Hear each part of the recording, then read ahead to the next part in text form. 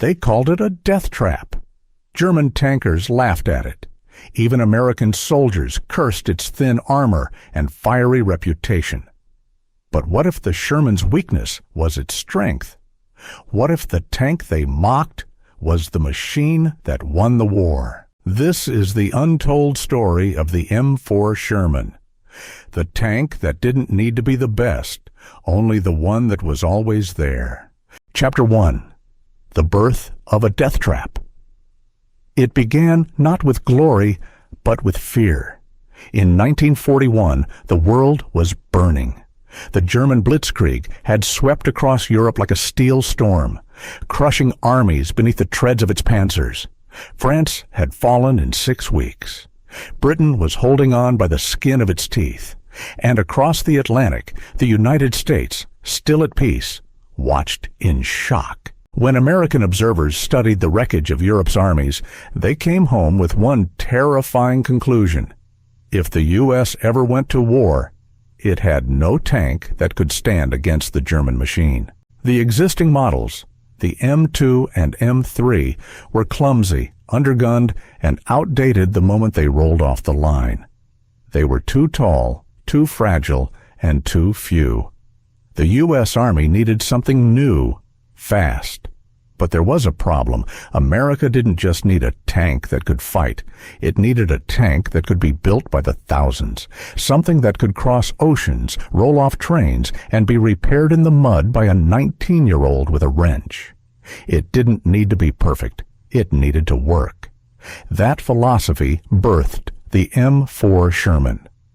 In September 1941, as Pearl Harbor loomed just months away, American engineers were given a near-impossible order: design a medium tank that balanced firepower, mobility, and production speed. The result was an industrial miracle. The Sherman wasn't designed in secret bunkers or war-torn factories. It was born in Detroit, in the same facilities that had once built cars for families and buses for cities. Ford, Chrysler, General Motors, the titans of American industry, were about to turn the tools of peace into the engines of war.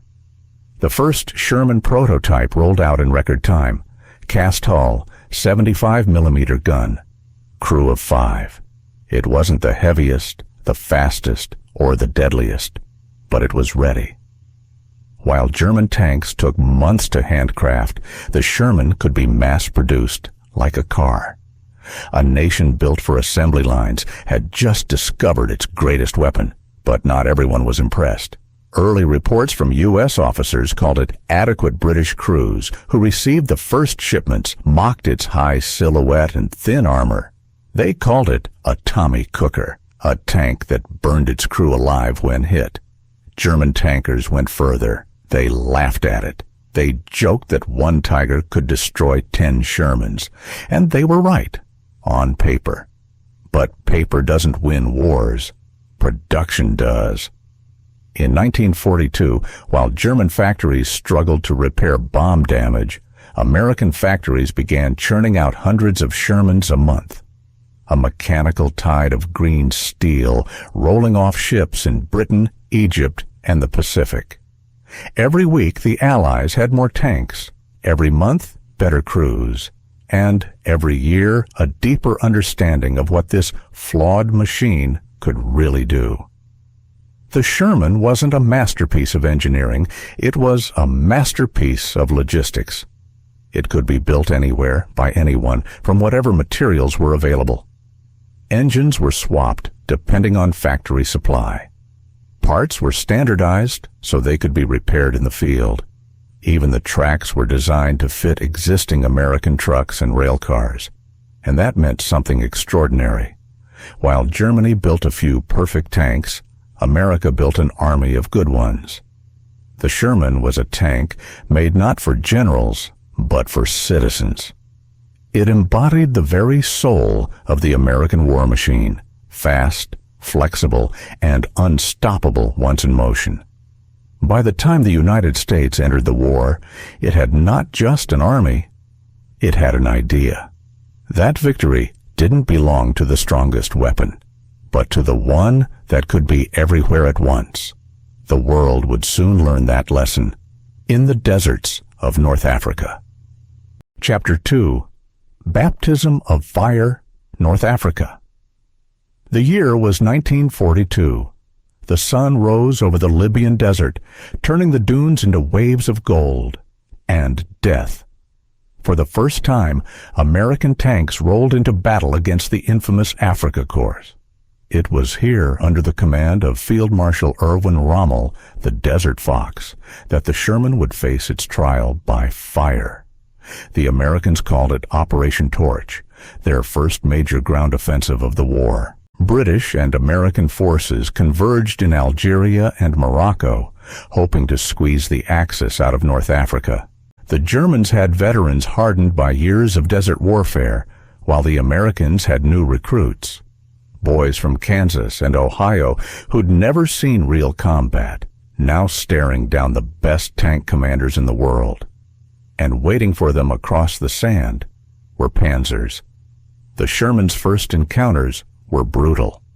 In the open desert, distance was everything. German Panzer IVs could spot and strike before the Shermans even saw them. The Sherman's 75mm guns were accurate, but only at close range. At 2,000 meters, the Panzers ruled. At 500 meters, the Sherman became deadly. The difference? Who survived long enough to close the distance? Many didn't. Crews reported shells piercing through their armor like paper. A hit from a Panzer's high-velocity gun could ignite the Sherman's gasoline engine, turning the entire tank into a fireball. The nickname spread like wildfire. Ronson, after the lighter brand, lights every time. Inside, the crews fought not just the enemy, but fear itself. Yet even as Shermans burned, something else happened, something the Germans didn't expect. The tanks kept coming back. When a Sherman was destroyed, another took its place within days. When one broke down, it was fixed overnight. American supply lines were like arteries, pumping endless parts, fuel, and ammunition across the desert. The Germans, meanwhile, struggled with shortages. They had the better machines, but not enough of them. Their tanks were complex, their engines temperamental, their spare parts rare and hard to replace. For every Tiger or Panzer that broke down, the Americans had 5 Shermans waiting to move forward. And while the Sherman might lose in a duel, it won the campaign. By May 1943, the Afrika Korps, Rommel's once invincible force, was cornered in Tunisia. Outnumbered, outgunned, and outmaneuvered by the Allied juggernaut, they surrendered. In the sand and smoke of North Africa, the legend of the Sherman began to take shape. It wasn't pretty, it wasn't glamorous. But it worked. For the first time, the Allies had a tank that could fight anywhere, from blazing deserts to muddy hills. And more importantly, a tank they could build faster than the enemy could destroy. The lessons of North Africa would shape everything that came next. The Sherman's true power wasn't in its armor or gun, but in its reliability. The Germans had brilliance. The Americans had momentum. And momentum, as Rommel himself once said, is the soul of warfare. Soon, that momentum would cross the Mediterranean, and the Sherman would prove that reliability, multiplied by thousands, could become the most devastating weapon of all. Next stop, Italy. Chapter 3. The Power of Quantity. The Germans had precision, the Americans had production. And in war, precision could win a battle, but production could win the world. By 1943, Detroit had transformed into something no one had ever seen before, an industrial organism alive with noise, heat, and movement. Conveyor belts ran day and night. Sparks flew like fireworks. Men and women, millions of them, worked shoulder to shoulder, turning America's peacetime factories into the beating heart of global war. This was the arsenal of democracy. The numbers defied comprehension. In the time it took Germany to build a single Tiger, the U.S. could produce 10 Shermans. Every 5 minutes, another M4 rolled off the line. Engines, treads, and turrets moved through assembly halls that once built Buicks and Fords. It wasn't just manufacturing, it was orchestration. Each Sherman contained over 25,000 individual parts, shipped from hundreds of suppliers across the nation. A factory in Ohio built the transmission. Engines came from Michigan. Armor plates were forged in Pennsylvania. Each piece fit together with perfect precision, so that a broken tank in Italy could be repaired with parts from Kansas. For the first time in human history, war was industrialized. The Sherman wasn't just a tank, it was a logistical miracle. It could fit into shipping containers, roll off rail cars, or be craned onto Liberty ships by the thousands. Even the crates it came in were standardized for reassembly in the field. Germany's engineers mocked this approach. They saw it as crude, mass production over craftsmanship. But they didn't understand that simplicity was a strategy. A Tiger tank was a masterpiece. Hand-built, beautiful, terrifying, and completely impractical. It required specialized tools, trained mechanics, and hours of maintenance for every few hours of combat. When it broke, and it often did, it stayed broken. The Sherman, on the other hand, was designed with a different philosophy. Anyone could fix it. A farmer-turned-mechanic could replace its engine. A spare from another tank could be swapped in minutes. If a Sherman was damaged, it was repaired. If it was destroyed, another arrived on the next ship. Quantity wasn't just a number, it was a weapon. By mid-1944, the Allies had over 50,000 Shermans in service.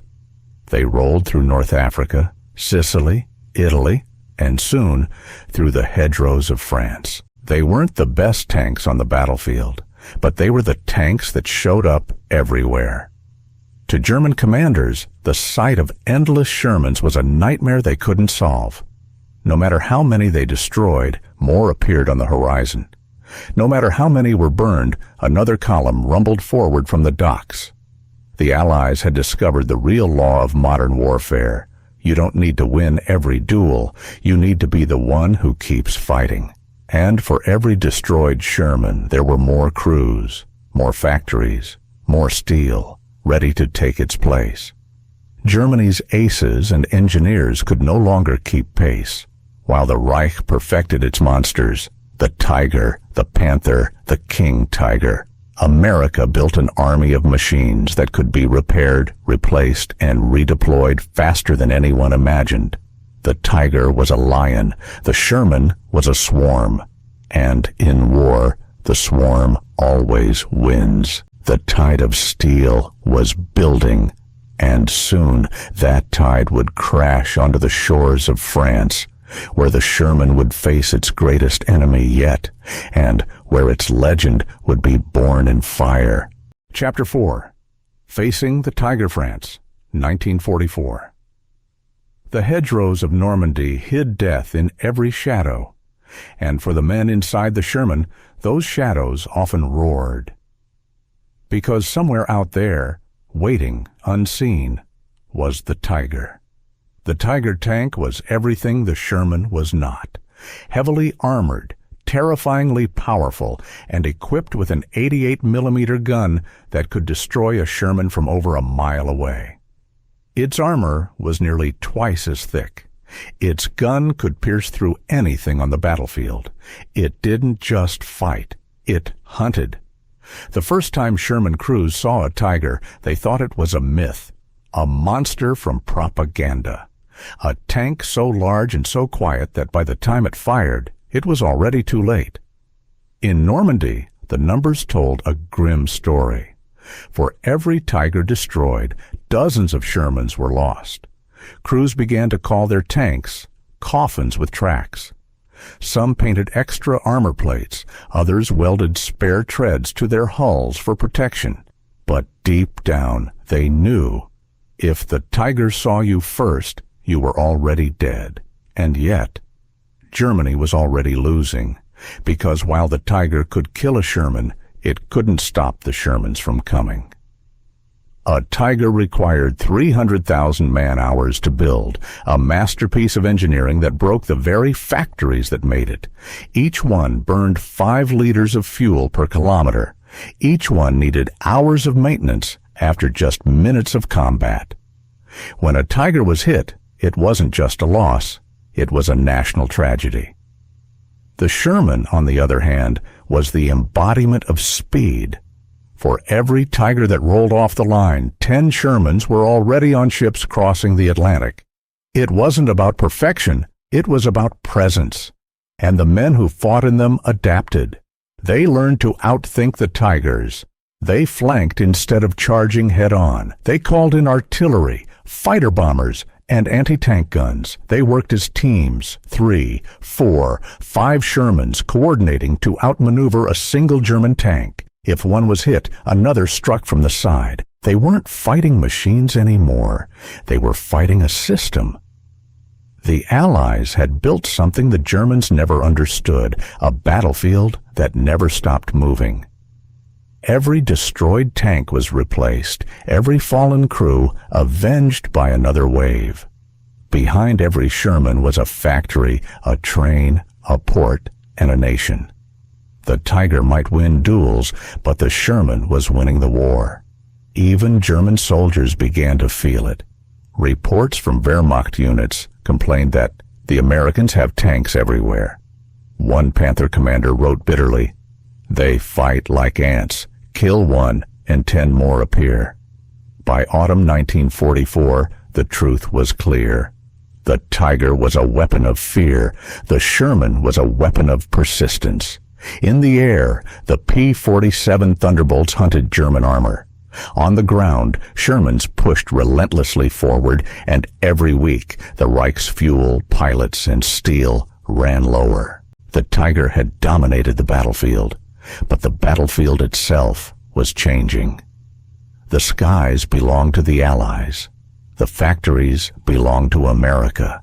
And the future belonged to the tank that could keep fighting, no matter how many times it was knocked down. For every Tiger that stood defiant, there was a Sherman already on the move, through mud, through smoke, through fire, proving that sometimes the weapon that endures is the one that wins. The age of the Tiger was ending, but the Sherman's evolution had just begun. Chapter 5. Evolution on the battlefield. War, like nature, rewards the adaptable. And by 1944, the Sherman had evolved. The tank that once burned too easily, that soldiers mocked as a Ronson, was becoming something far deadlier. Not because it was perfect, but because it learned. Every campaign taught a lesson. Every destroyed Sherman came back, rebuilt, improved, and more dangerous than before. When the Allies landed in Normandy, they didn't bring the same Shermans that had fought in North Africa. They brought veterans, machines refined through blood and failure, and among them were legends. The Firefly. In Britain, engineers faced a cruel reality. The standard Sherman's 75mm gun couldn't penetrate the frontal armor of a Tiger. So they tore one apart and rebuilt it around a weapon the Germans would come to fear, the 17-pounder anti-tank gun. The result was the Sherman Firefly.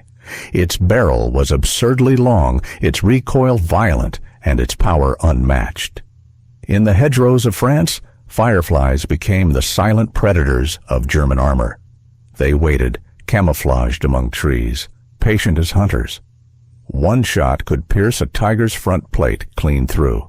German tankers began issuing orders. Engage the Shermans with short barrels first. Avoid the ones with long guns. But by the time they realized which, it was usually too late.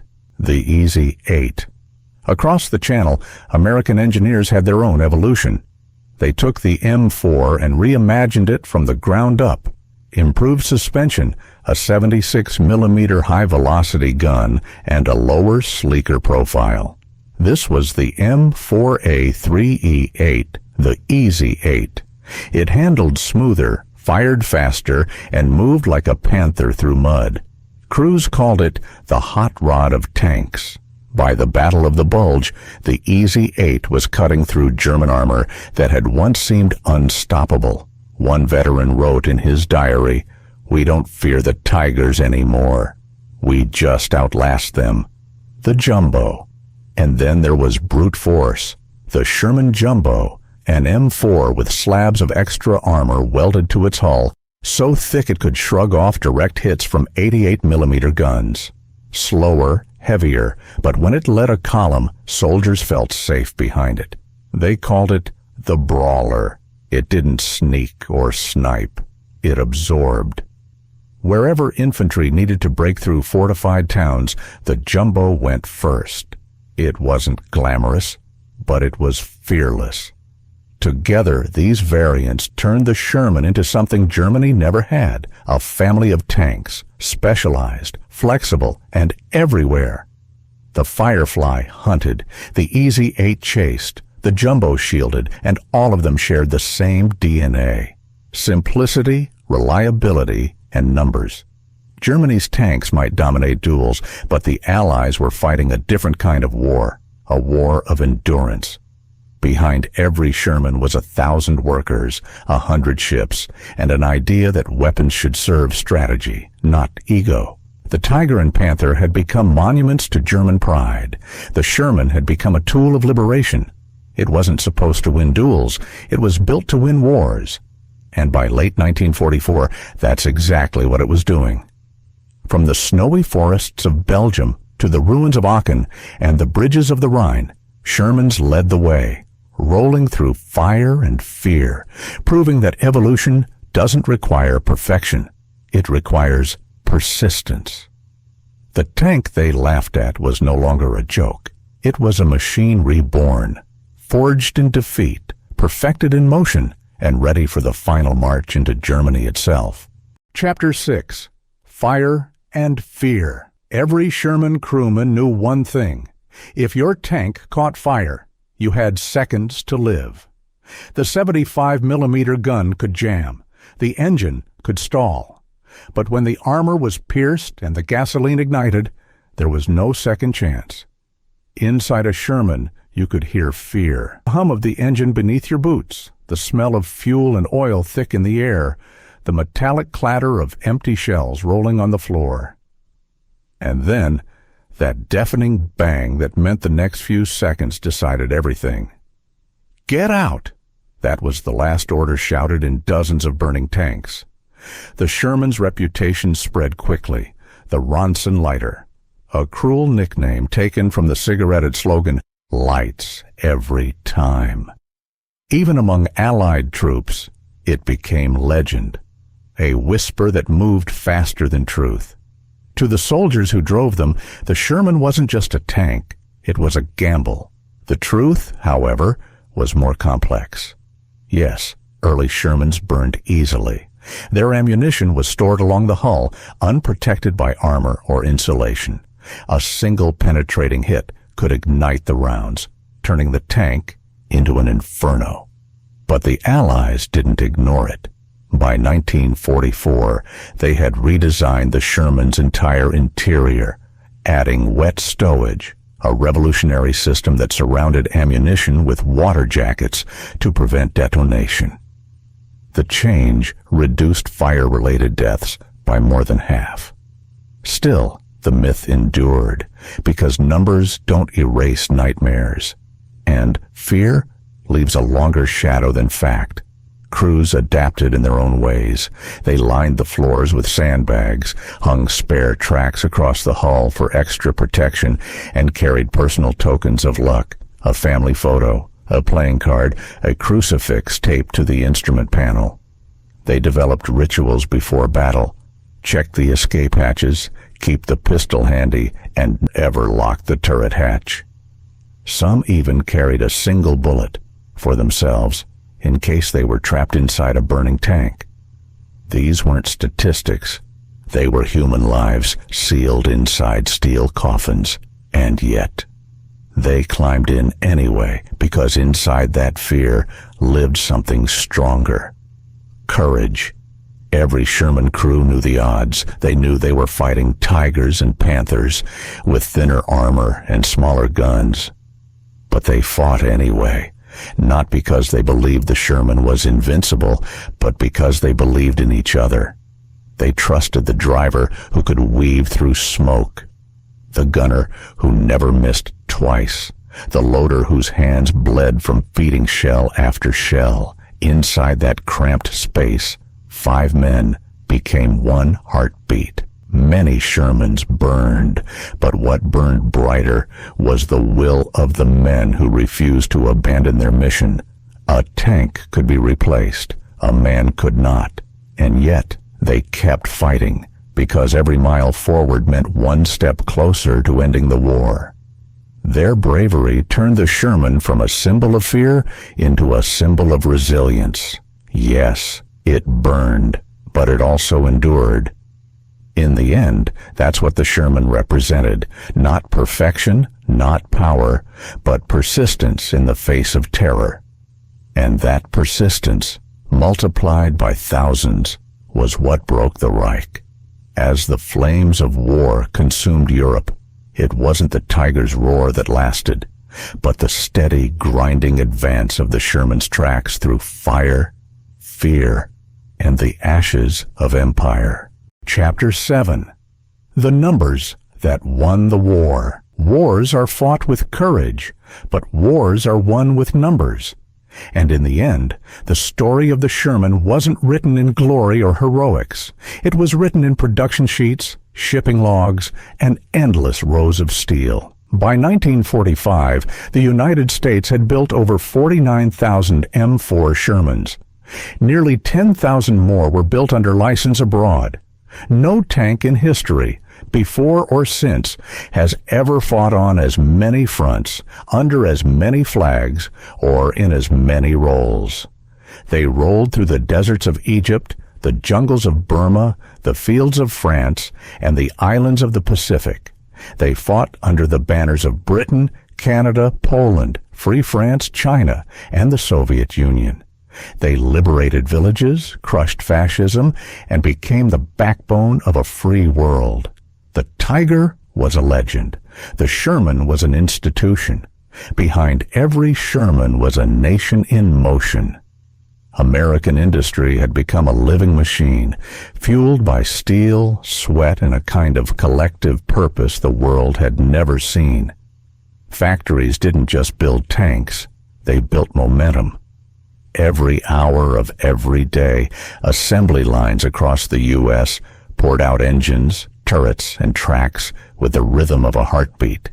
The Detroit tank arsenal produced more tanks than the entire German war industry combined. Ford's factories could assemble a complete Sherman in less than a day. And even as the Tigers prowled the forests of Eastern Europe, the Allies simply drowned them in numbers. When a Sherman was destroyed, 3 more arrived on the next convoy. When a unit was wiped out, replacements landed before the enemy could reload. It wasn't luck, it was math. And in that math, the war was already decided. For every Tiger that rolled into battle, there were 10 Shermans waiting to meet it. For every Panther that broke down, there were 10 Shermans still moving. For every German tank trapped without fuel, 100 Shermans kept rolling forward, fed by an ocean of supply ships and the arteries of American logistics. It was the victory of mobility over perfection, quantity over myth.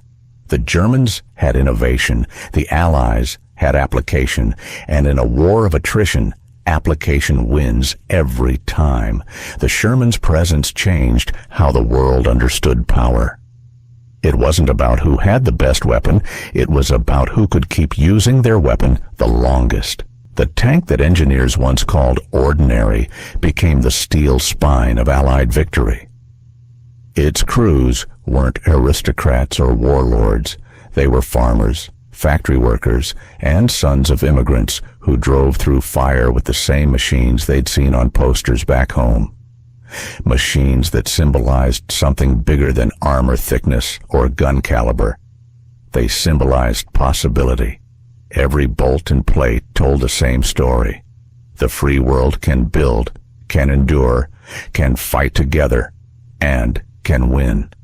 By the time Germany fell, the Sherman had become more than a tank. It was a statement that democracy, for all its flaws, could outproduce and outlast tyranny.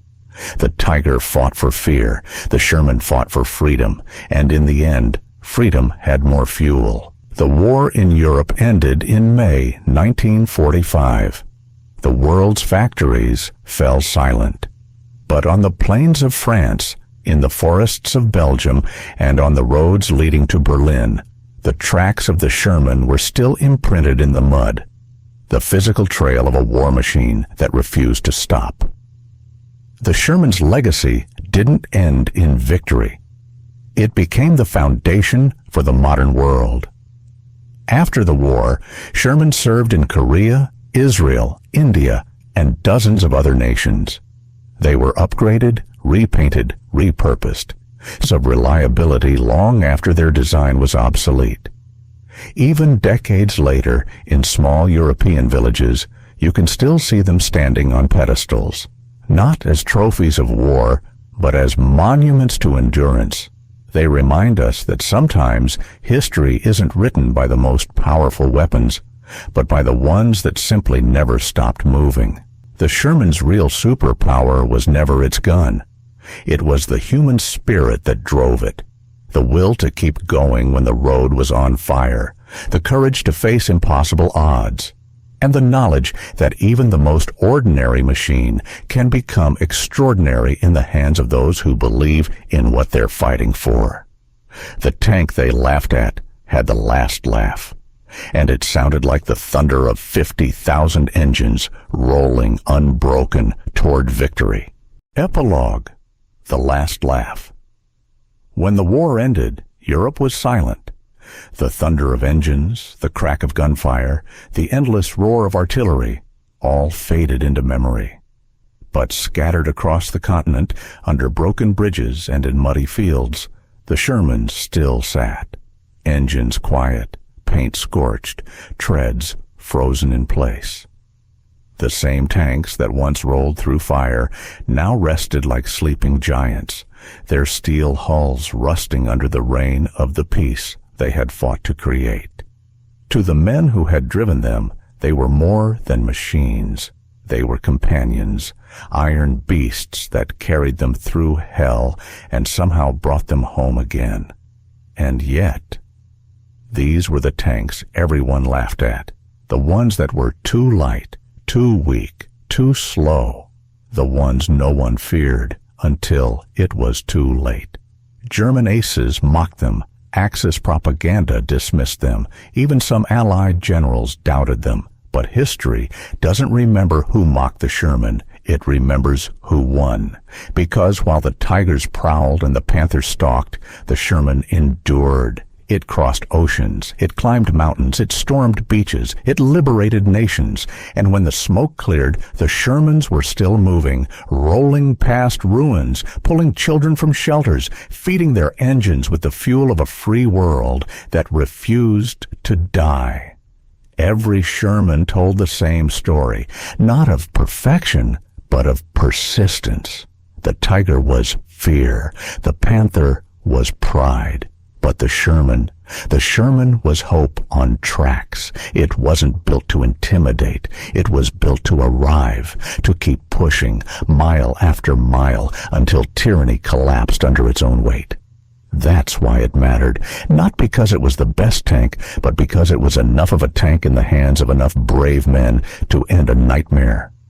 When historians argue about armor thickness and gun calibers, they miss the real miracle. The Sherman didn't win because it was perfect. It won because it was there, everywhere, every day, without rest, until there was nothing left to fight. And in the end, It wasn't the tiger's growl that echoed through history, but the steady, relentless rumble of the Sherman's engine, the heartbeat of a free world moving forward.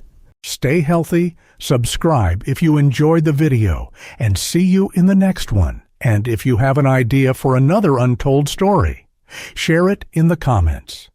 Your voice helps keep their memory alive.